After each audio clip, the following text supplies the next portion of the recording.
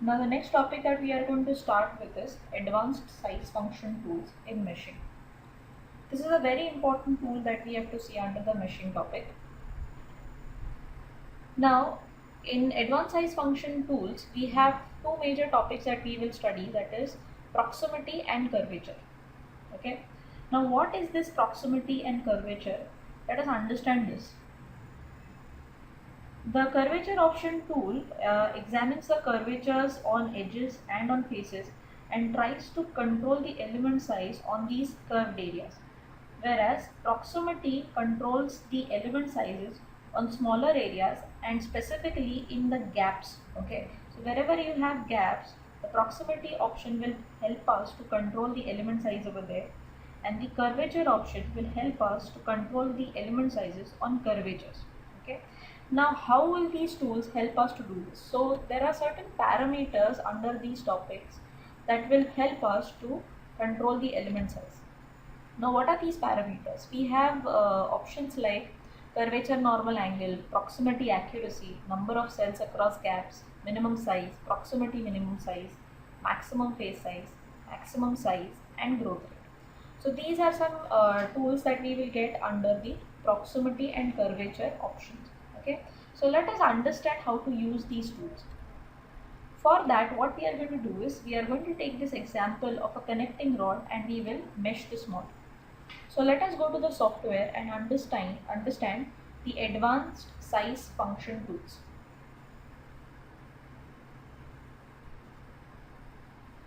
So what I'll do is I will add one mechanical model over here and then I'm going to import that connecting rod. So this is the connecting rod that we have. Now there are a few changes that I want to make in the connecting rod. For that we will enter into the design modeler. We will set the unit system over here and we will generate the model. Now look at the connecting rod that we have. Okay. Now what I'm going to do over here is I'm going to add a few fillets over here. For adding the fillets, what we will do is we will use the blend tool, fixed radius, select the edges on which you want to add the fillets. Okay, once that is done, you can give the fillet radius. So I will say that the fillet radius in this case has to be 1.8 mm. So you can see the fillet has been added. Similarly, I want to add some more fillets over here, and then you can give the radius. Okay, so my model is ready. Okay, even in this case I can add the symmetry region over here because the connecting rod is symmetrical about the YZ plane. So you can create a symmetric model and then take it into the mechanical window. So I close the design modeler and now we will enter into the mechanical model. Now you can see that the model has been imported into the mechanical window. And now what we will do is we will mesh the model. So first step that we will do is we will create the default meshing. So you can see that the model has been meshed and we have used the default mesh setting. So if you watch it very closely, the elements that we have achieved are not very good. We have generated a very coarse meshing over here. To make the elements much more finer, I can use my relevance option over here, or else I can give the element size. So let us say if I use the element size of 2 units, okay, let me say that it is 3 units, and then we will say update. So when I use a default element size over here of 3 units, what happens is I will get the meshing. You can see that the meshing has become much more finer, but in this model we have some small filleted regions over here on which the element is coarse. Plus over here also you can see that the element is not fine. Now when you give a default element size of whatever units, for example in this case we have used an element size of 3. Now what happens is when we do meshing with this element size, what happens is that the software is trying to fit element sizes of 3 on the entire model. But in our model there are some areas where there are some small areas or small filleted regions on which we need to have a finer element size. So if I reduce the element size to 1, it will generate finer meshing on the filleted regions, but at the same time it will also generate finer meshing on these bigger areas which are slightly larger in the size. So now you can see element size of 1 has been updated on the entire model. Now my requirement is that I need to have slightly larger elements on these bigger areas and finer elements on these small areas over here or the gaps over here. So for that, instead of using the default element sizing over here, what we can do is, let me come back to the default size which we were using initially. Let me update the meshing so that we come back to the default meshing. So this was the original meshing that we got, and now instead of using the element size, we will use the advanced size function over here. Currently, which is off now, we will change it and we will switch it on. So in this option, as we discussed in the PPT, we are going to study two major options, that is proximity and curvature. Either you can only use proximity or only curvature, or you can use them simultaneously. So in this, when you switch on the proximity and curvature option, you get some more controls over here. Now see, when it is off, these options are not available. But when I switch it on, you get some more controls that we discussed over here. Okay, these are the parameters that we will get over there. So we need to understand what are these parameters and how is it going to control the meshing for us. So let us discuss about these parameters one by one.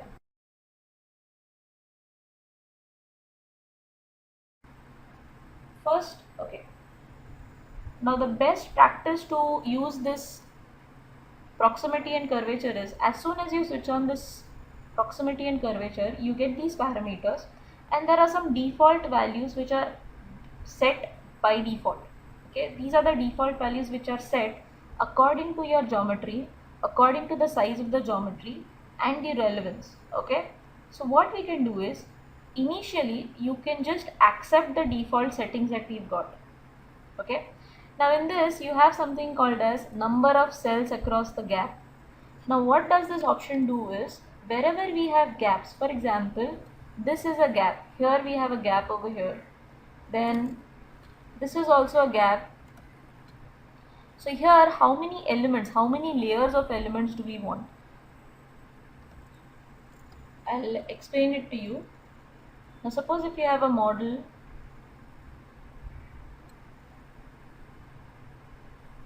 like this, and we have one more protrusion on this.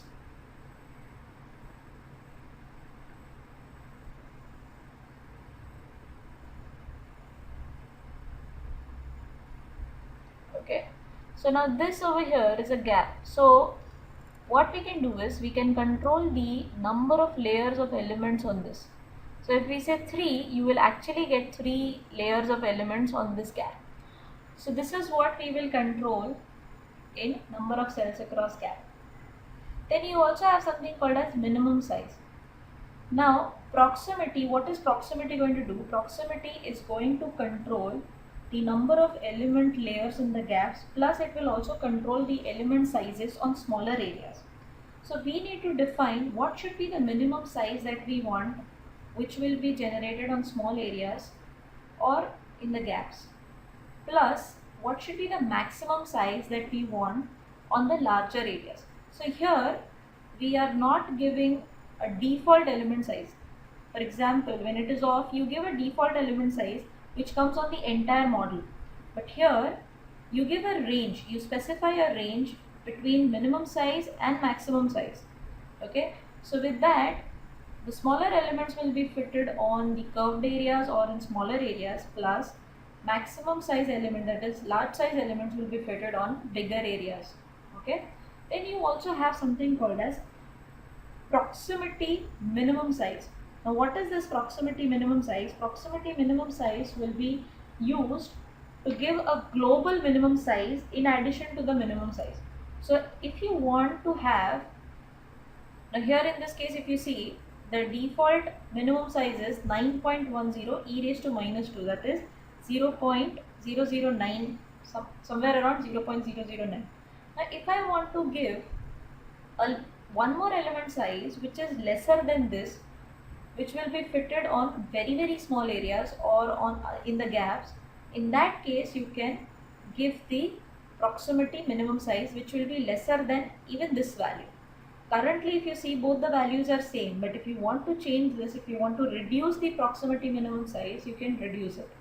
Currently, I will not change it, I will keep it at default only. Then we have something called as maximum face size. The maximum face size is the maximum size of the surface measure, that is, the element must be larger than this size. So whatever elements you get, it is the face size of that element. The higher this value, the finer is the mesh. The lower this value, the coarse the mesh becomes. Okay. Then we have something called as a growth rate. Now growth rate is nothing but it is the increase in the element edge length with each succeeding layer of element. That means, now because you have given a minimum size and maximum size, what happens is, wherever we have smaller area, suppose we have a small slot or a small area over here. So what the software will try to do is, it will try to fit small elements in this region, okay, and it will try to fit bigger elements on the bigger faces, but suddenly it will not increase from a small element to a very large element. It will not happen. So growth rate is nothing but how should the increase gradually. So what should be the growth rate? So here if you notice that the growth rate can be given, you can mention any value from 0 to 5, sorry 1 to 5. That means if I, for example, if I mention a value of 1.2, that means the growth rate will be 20%, somewhere around 20%. So from a minimum size, you will get a bigger element 20% larger than this, then you will get 20% larger. So gradually the element size will go on increasing. That is nothing but the growth rate. Okay. Then you also have something called as the proximity accuracy. If you notice over here, you have something called as the proximity accuracy. The proximity accuracy is actually a control between 0 to 1. By default, this is always on 0.5. If the proximity control is on 1, the process of meshing will be slower and it will be a very accurate meshing. Whereas if the control is on 0, the process of meshing is very fast, but it will be less accurate as compared to 1. So this is a control that you can set. By default, you can keep it on 0.5. Then you also have something called as curvature normal angle. Curvature normal angle is the maximum allowable angle that one element edge is allowed to span. That means it is the curvature angle. Okay, the curvature angle, if you say the curvature angle is 70 degrees or something, so what happens is you have the entire 70 degrees where the elements can be created. So what happens, as the angle, now by default the angle you will find every time it is somewhere near 70 degrees. Okay, as you reduce the angle of curvature, the elements will become much more finer on the curved regions. As you increase this angle, the element size will become coarse on the curvatures. Okay, now we will understand all these things when we use the proximity option and the curvature option. Out of this, there is one option that is number of cells across gap. Now this option is only available when you use proximity.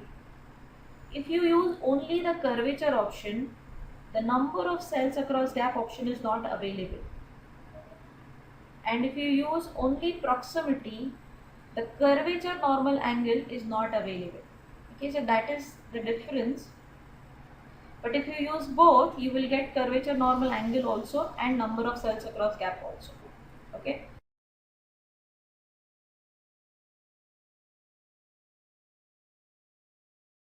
Also.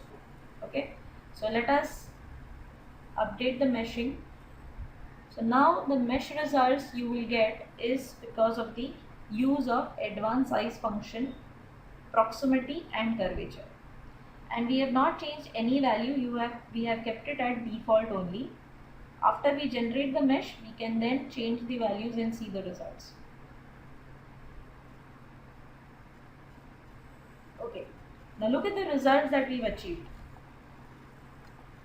You have got much finer meshing on these areas. The number of cells across gap that we've mentioned is somewhere around 3, and we have tried to achieve 3 layers over here. Let us look at some other gaps.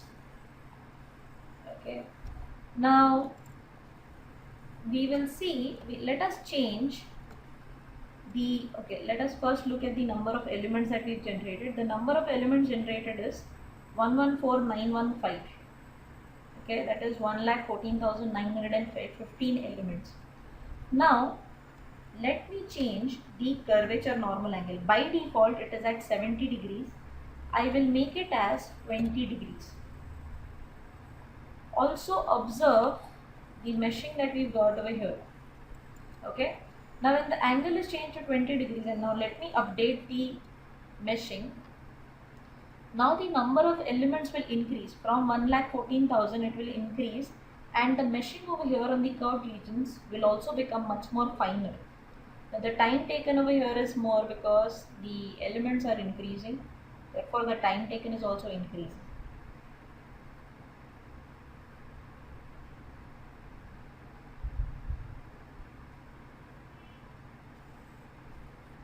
See, look at this meshing now.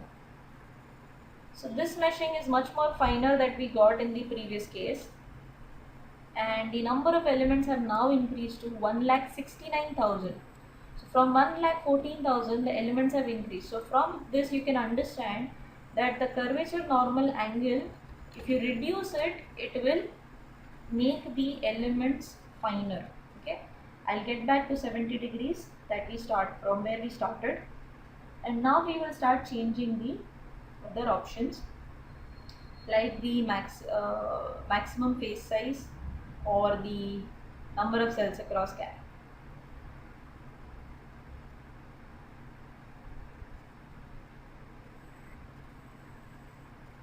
So we are back.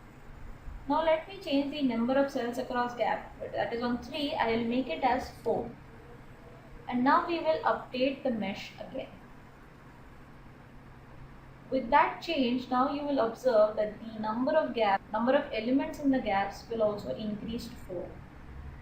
Again here now it will take some time because of the increase in the number of cell gaps.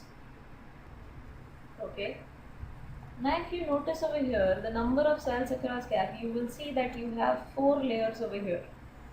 Initially when it was 3, you had 3 layers, but now it has increased to 4. And the number of elements have also increased. Can you see over here? So the more the numbers you increase, the much more finer. Okay, let us come back to default 3. I'll come back and update it.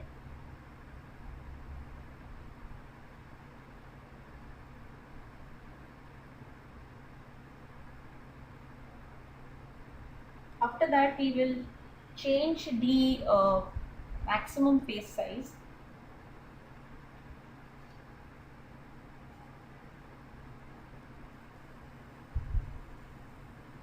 Okay, now the maximum face size by default is somewhere around 9.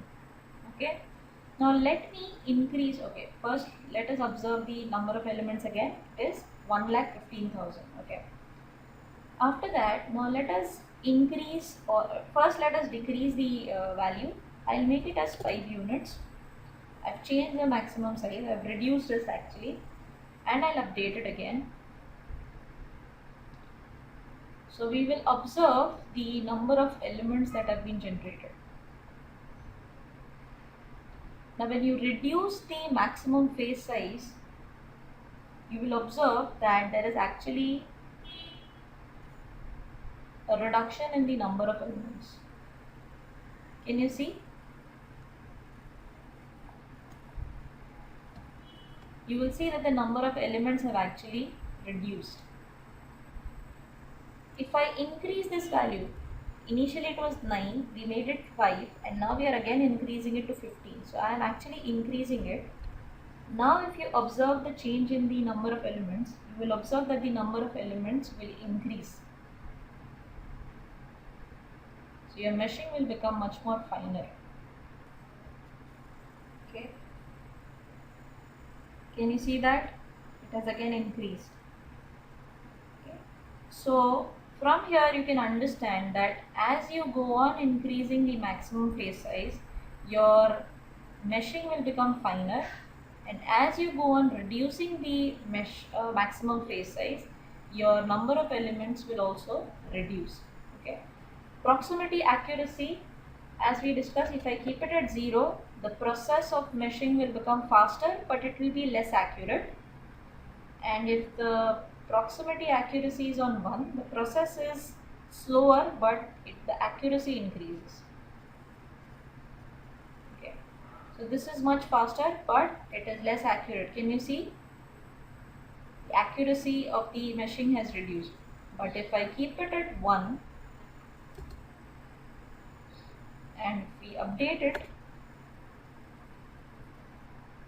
now the time taken for meshing will be very high, but the accuracy will increase.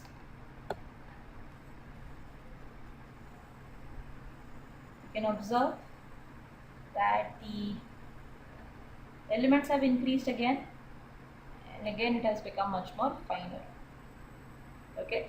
Now if I only go for proximity option, you will see that you have only the proximity accuracy, you have the proximity minimum size, maximum face size, maximum size, and growth rate, and number of cells across gap. So you can use this. If I only want to control the element size on small areas and in the gaps, I am not interested into controlling the elements on the curved areas, then you can only use the proximity. Now in my model, if there are no gaps and there are no small areas, I have a lot of curvatures in my design, then I can only use the curvature option.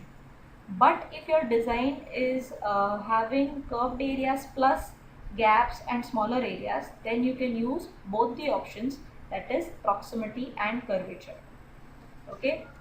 Along with this, now after we have generated the mesh, if I want to see the elements, how they have been generated internally, if I want to see the elements, I can use one tool over here which is called as a new section tool.